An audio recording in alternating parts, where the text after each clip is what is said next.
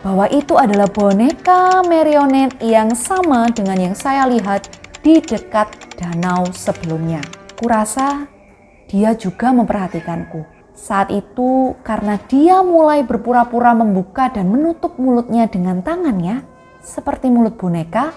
Kemudian dia menarik jari telunjuknya, membawanya ke tenggorokannya seperti sedang menggoroknya. Dan itu cukup menakutkan bagi saya.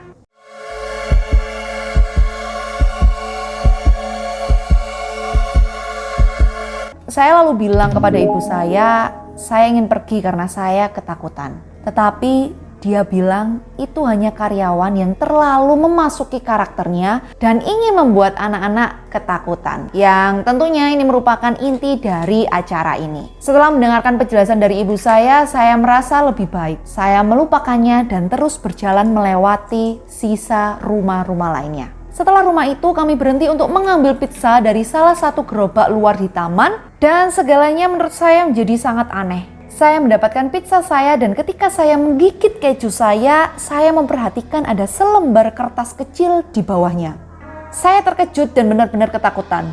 Saya mencoba menarik kertas itu keluar dan betapa saya sangat ngeri setelah mengetahui bahwa itu adalah coretan gambar anak laki-laki dan ada tanda X di matanya dan lengannya diangkat ke atas kepalanya dengan tali boneka yang menempel di tangannya. Kemudian setelah saya memperhatikan dengan lebih jelas, di baju anak kecil tersebut terdapat wajah Fosi. Si beruang yang sama dengan baju yang saya kenakan. Saya sangat ketakutan dan saya memberikan catatan itu kepada ibu saya dan mengadukan tentang hal tersebut. Ibu menjadi sangat-sangat marah.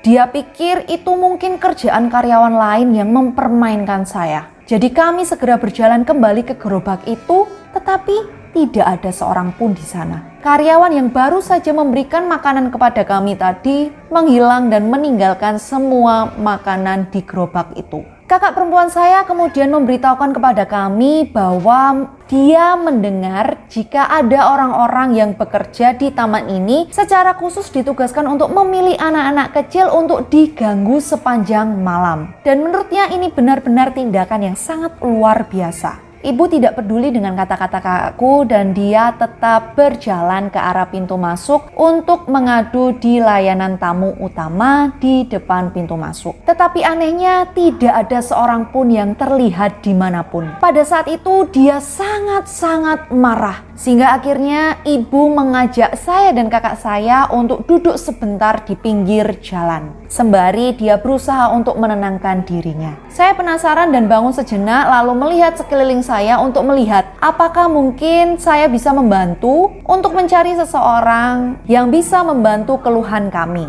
Saya lalu perhatikan bahwa salah satu loket tiket masih menyala. Ini terlihat aneh karena tidak ada yang membeli tiket untuk sementara waktu tetapi loket itu masih menyala. Tapi saat itu saya tidak mengatakan apapun kepada ibu saya tentang hal aneh dan perasaan aneh yang pada saat itu saya miliki. Kemudian pada saat itu kami berpikir untuk meninggalkan taman bermain, tetapi karena kami sudah membayar tiket, kami merasa sayang dan paling tidak kami harus mendapatkan pengembalian uang. Atau jika pun tidak bisa, kami harus menyaksikan salah satu pertunjukan. Kemudian akhirnya kami memutuskan untuk tinggal dan menikmati satu pertunjukan terakhir, yaitu pertunjukan Psycho yang sebenarnya saya tidak mempunyai masalah karena pada saat itu banyak orang lain yang mengikuti acara itu sehingga kami tidak merasa sendirian. Begitu kami sampai di tengah pertunjukan, salah satu manajer panggung keluar dari panggung itu dan membisikkan sesuatu ke telinga Norman Bates. Dia memandang manajer itu seperti dia sedang melihat hantu. Wajahnya sangat-sangat pucat. Dan lalu dia segera berjalan kembali ke panggung. Kemudian manajer panggung itu melihat ke arah penonton dan memberitahu mereka semua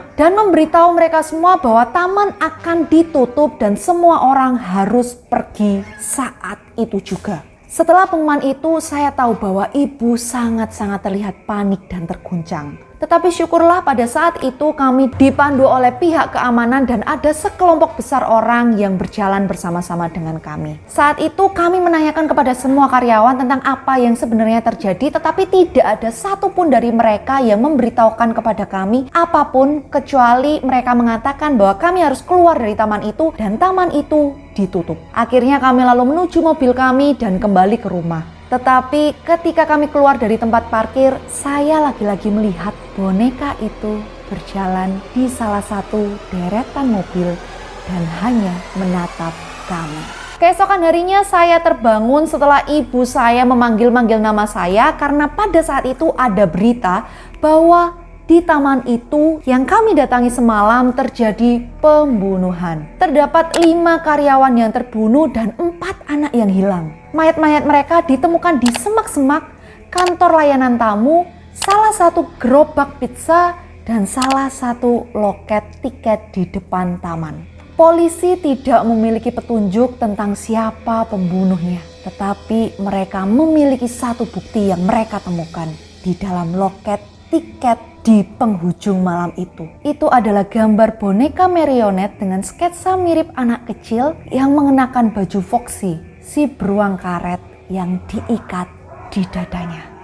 Wah, merinding aku cerita malam-malam. Jadi si boneka marionet itu pembunuh orang-orang itu. Dia juga sebenarnya menjadi salah satu target dari boneka marionet tadi. Entah target diculik atau mungkin dibunuh.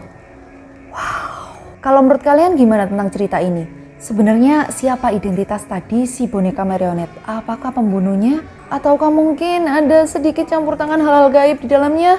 Coba kalian komen di bawah ya teman-teman. Ya itulah tadi cerita creepypasta yang berjudul Halloween yang aku bawakan khusus untuk kalian di festival Halloween aku, yaitu Festival Halloween. Aku harap kalian masih stay tune di channel aku selama 1 bulan ini untuk mengikuti festival Halloween aku dari episode pertama hingga terakhir. Dan aku ucapkan terima kasih banyak untuk kalian semua yang sudah menonton video ini dari awal sampai akhir. Dan kalau kalian suka dengan video kali ini, jangan lupa klik like-nya, share ke teman-teman kalian, dan juga tentunya jangan lupa subscribe channel ini dan nyalain lonceng notifikasinya biar kalian gak ketinggalan video-video seru aku lainnya. Dan kalian juga bisa follow aku di Instagram di @deviamari13. Sampai jumpa di video selanjutnya. Bye.